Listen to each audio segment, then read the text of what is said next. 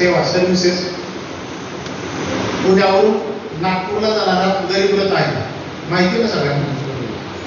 गरीब रथ म्हणजे तुम्ही म्हणला असता कसला रथ आहे? गरीब रथ म्हणजे ट्रेन आहे, रेल्वेचं नाव.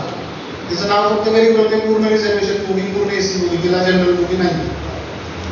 त्या गरीब रथने एक महिला म्हणजे माझा मित्र होता, त्याच्या मिसेसला त्यांनी पाठवून दिलं. तिचा लहान मुलगा होता 4 वर्षाचा, त्याला पाठवून दिलं. अचानक जायचं होतं, घरी काय इन्सिडेन्स घडला होता, त्या गरीब रथमध्ये बसवून दिलं.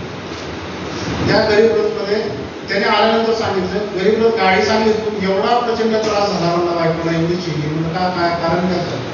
तर म्हणलं पोरांनी का नाही गाडी नागपूरपर्यंत जायपर्यंत मला 8 खेळणी घेतली, 8. मला चेन सुद्धा घेतली. म्हणजे कसं त्या बोगी द्यायचं, मला कोट काय विकायची, भेळ यायची, खेळणी विकायची, किचन्स विकायचे, आणि ते आले की पुढं ओरडायचं, ते पाहिजेच मला, सगळं घ्यायचं. म्हणलं रिझर्वेशन बोगीमध्ये याची काही आवश्यकता नाही. तर त्याने मला नाही, आता तो त्रास झाला. म्हणजे DRM ला पत्र रेल्वेचे, ते तुमच्या रेल्वेने गेला, हा प्रचंड मानसिक त्रास झाला, तुम्ही असा बंदोबस्त करा, नाही तर आम्ही तुमच्या विरोधात जातो. तुम्हाला माहिती सिस्टीम कशी, पत्र दिल्यावर काय केलं असेल? केला शिकवतो काही करत नाही. पत्र दिले काहीच नाही, मग कंज्युमर करू नये. त्याला म्हणतात पुण्यात नको फाईल करू. पुणे म्हणजे तुम्हाला माहिती सगळीकडे, म्हणजे पुणेकर म्हणजे आपल्या देशात धबधबा आहे, तुम्हाला माहिती पुण्याचा माहिती, पुणे जिल्हा. आणि पुणे जिल्ह्याला 2 कोट असून अजून वेटिंग पिरियड मोठा आहे. आपल्यासाठी 2 कोट आहेत पुणे, प्रत्येक जिल्ह्याला 1 आहे, आपल्याकडे 2 आहेत तरी पेंडन्सी आहे. म्हणजे एवढे सुद्धा नागरिक आहेत आपल्याकडे, एक पैशासाठी सुद्धा सोडत नाही, तेच पाहिजे करतात. तर त्याला सांगितलं तू त्याचं मूळ डिस्ट्रिक्ट आहे ना त्याचं हिंगोलीला फाईल करून तर फास्ट ट्रॅकवर येईल. हिंगोलीत त्यांनी फाईल केलं, आपल्या कोर्टने नोटीस काढली. ते काय म्हणजे येत राहते असं की DRM काय केलं नाही फर्स्ट इयर. सेकंडला सांगितलं मग आम्ही एक्सपार्टी ऑर्डर करून तुम्हाला समजा आम्ही कन्व्हिक्शन लावायचं करून आणून. मग तो तिथे गेला, ते सांगितलं तुमच्या रिझर्वेशन बोगीमध्ये यायचं काय काम आहे? रिझर्वेशन बोगी ना हे गेरीवाले याच्यामध्ये कसं काय आला, कसं काय आले याच्यामध्ये?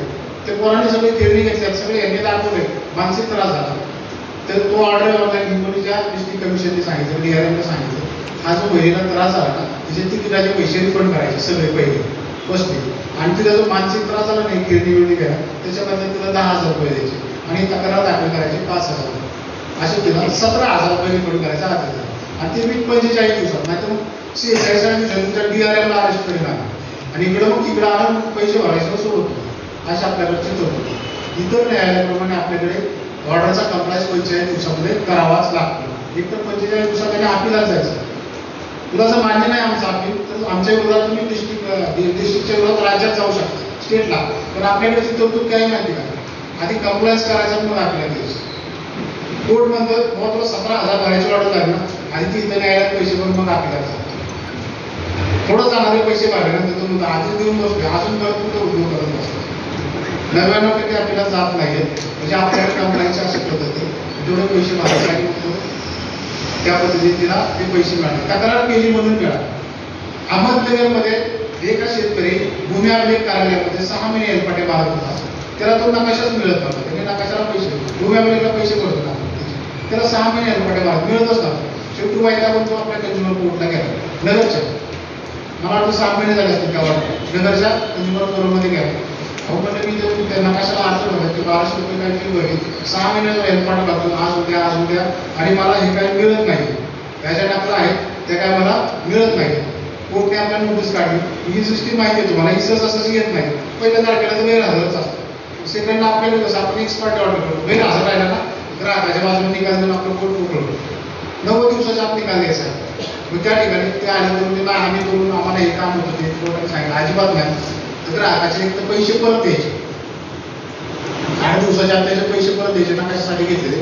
त्याला जे 6 महिने हटपाटे मारायला लावले ना त्याच्याबद्दल तुम्हाला 45,000 रुपये दंड दिला, 45,000 त्याला द्यायचे.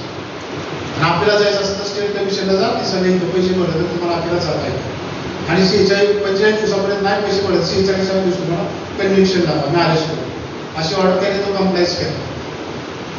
त्या म्हणजे क्षुल्लक गोष्ट असते. आपण म्हणतो जायचं का नाही यायचं, मग खूप सगळ्या गोष्टी मग दैनंदिन जीवनामध्ये वावरताना मग आपण किती गोष्टी नाही करतो.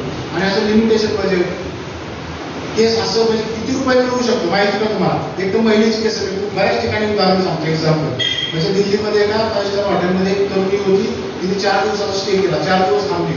आणि ते 5 स्टार हॉटेल असल्यामुळे त्या ठिकाणी सगळ्या सोयी होत्या, सगळ्या सेवा सुविधा होत्या. चौथ्या दिवशी तिचा इंटरव्ह्यू होता दुपारी 3 वाजता. सकाळी 10 वाजता ती त्या 5 स्टारच्या हॉटेलच्या सलूनमध्ये गेली आणि त्याने ब्राउझर टाकलं तिच्यासमोर. असे तो केस होतो. तिने त्या युवतीने एक्सपर्ट सिलेक्ट करा ते ह्या पद्धतीने केस टाकणार. त्या बाळावर सुरू केले तिचे केस. ती गोष्ट झाल्यानंतर त्याने